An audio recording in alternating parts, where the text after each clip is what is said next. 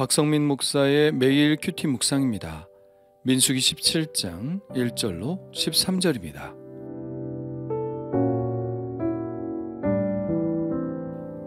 여호와께서 모세에게 말씀하여 이르시되 너는 이스라엘 자손에게 말하여 그들 중에서 각 조상의 가문을 따라 지팡이 하나씩을 취하되 곧 그들의 조상의 가문대로 그 모든 지휘관에게서 지팡이 12를 취하고 그 사람들의 이름을 각각 그 지팡이에 쓰되 레위의 지팡이에는 아론의 이름을 쓰라.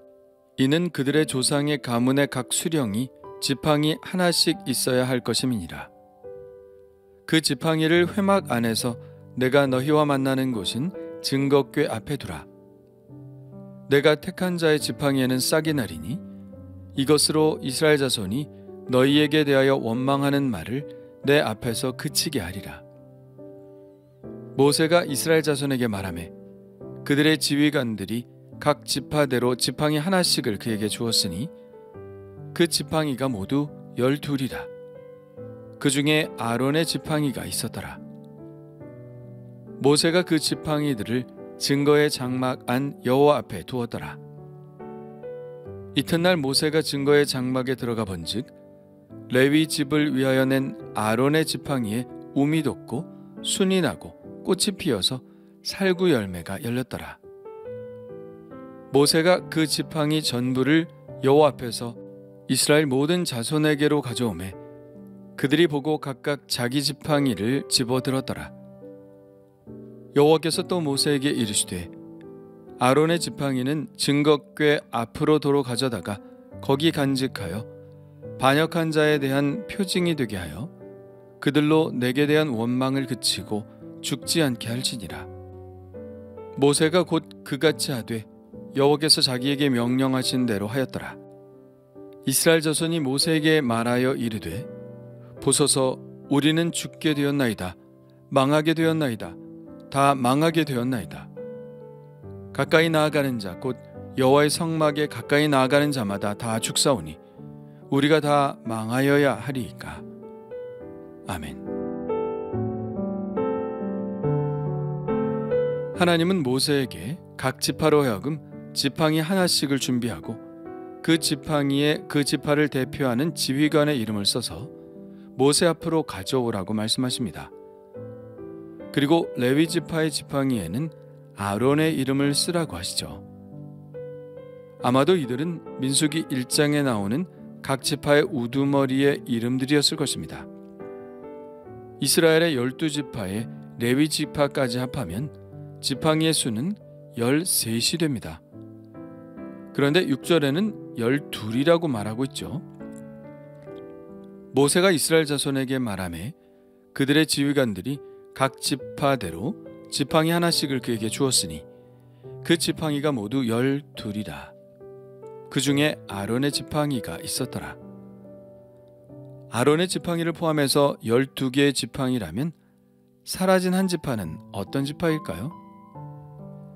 한 지파가 사라진 것은 아니고 아마도 요셉 지파가 에브라임과 므낫세 지파이므로 하나로 묶였을 것입니다.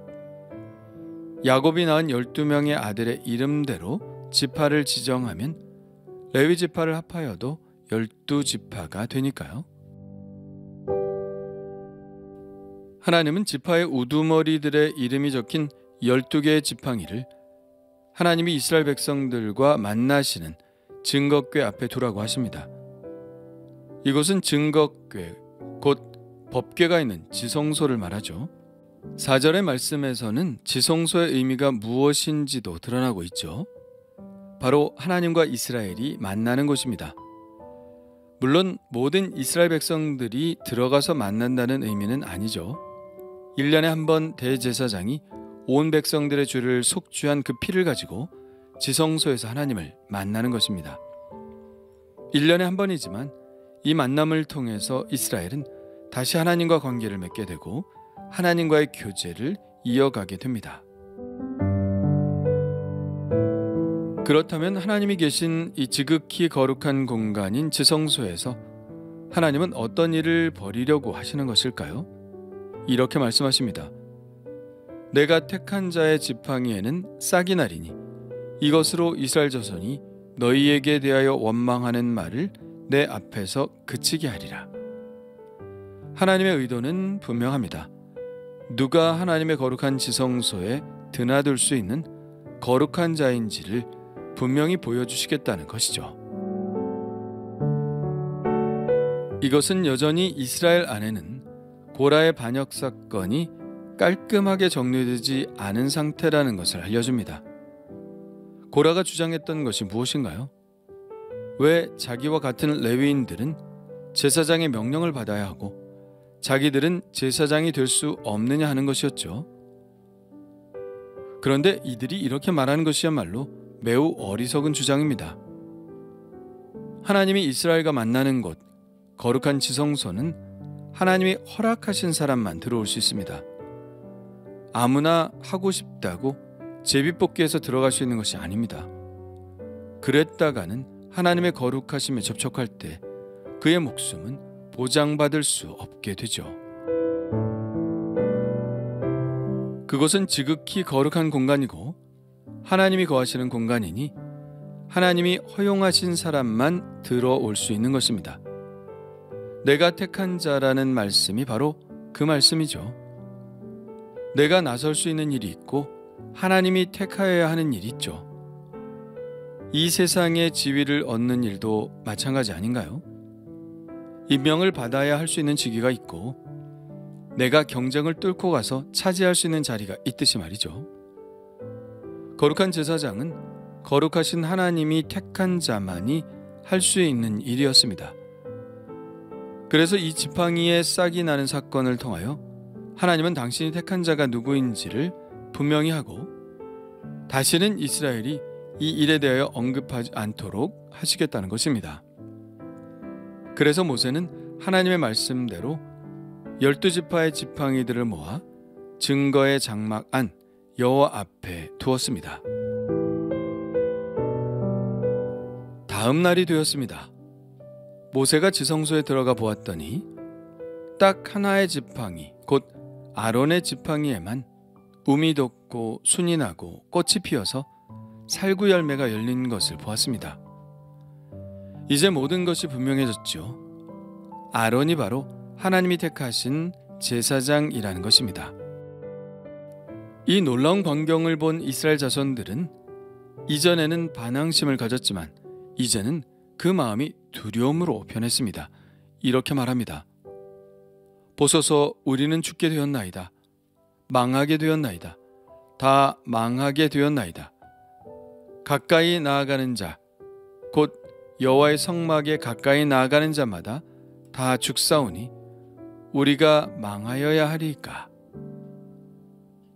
이제 그들이 제정신으로 돌아온 것 같죠. 그 두렵고 지엄한 하나님이 계신 거룩한 곳에 함부로 접근하려고 한 그들의 생각이 얼마나 어리석은 것이었는지를 통렬하게 깨닫게 되었습니다. 그런데 왜 많은 나무가 있고 꽃이 있는데 하필 살구꽃과 그 열매일까요? 쉽게 생각하자면 당연히 아론의 지팡이가 살구나무로 만든 지팡이였기 때문에 살구꽃과 살구열매가 맺힌 것이었겠죠. 그러나 그렇게 단순하게 볼 것만도 아닙니다. 성경에서는 살구나무를 매우 특별한 나무로 취급하고 있기 때문이죠. 우리에게 살구나무로 알려진 이 나무는 사실은 아몬드 나무로 번역하는 것이 좋습니다. 이 아몬드 꽃은 봄이 되면 매우 일찍 피는 꽃으로 알려져 있죠. 지중해 연안 지방에서는 1월이면 벌써 아몬드 꽃이 피기 시작합니다. 우리나라에서 봄에 벚꽃이 만개하는 것처럼 이스라엘의 아몬드 꽃이 피면 봄이 찾아왔다는 것을 알게 되죠. 이렇게 만물이 잠들어 있는 겨울에도 눈을 뜨고 있다가 봄이 오기가 무섭게 꽃을 피우기 때문에 살구나무는 주의 깊은 것, 깨어 지키는 것의 상징이 되었습니다. 그래서 살구나무 곧 아몬드 나무를 나타내는 히브리어 샤케드는 지키는 자 혹은 흔들어 깨우다 라는 의미를 띠고 있습니다.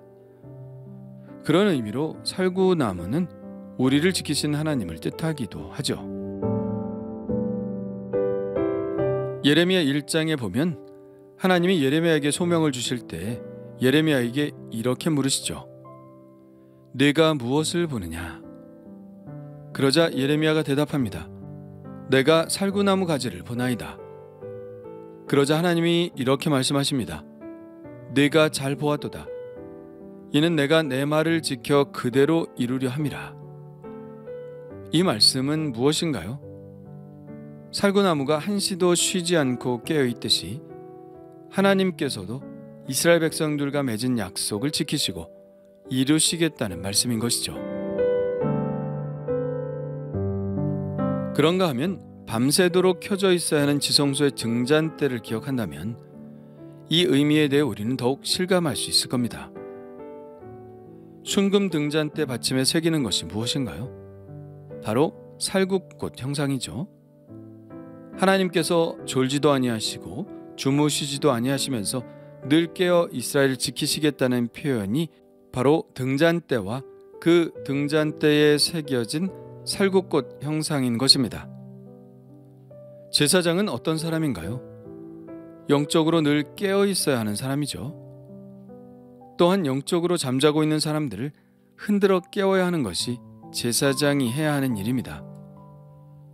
하나님은 이 살구꽃과 열매를 통하여 아론의 제사장직에 대한 보증도 해주시지만 아론이 바로 이렇게 영적으로 깨어 있어야 하는 직분을 가졌다는 것을 한 번 더 일깨워 주려고 하시는 것이 아닐까요?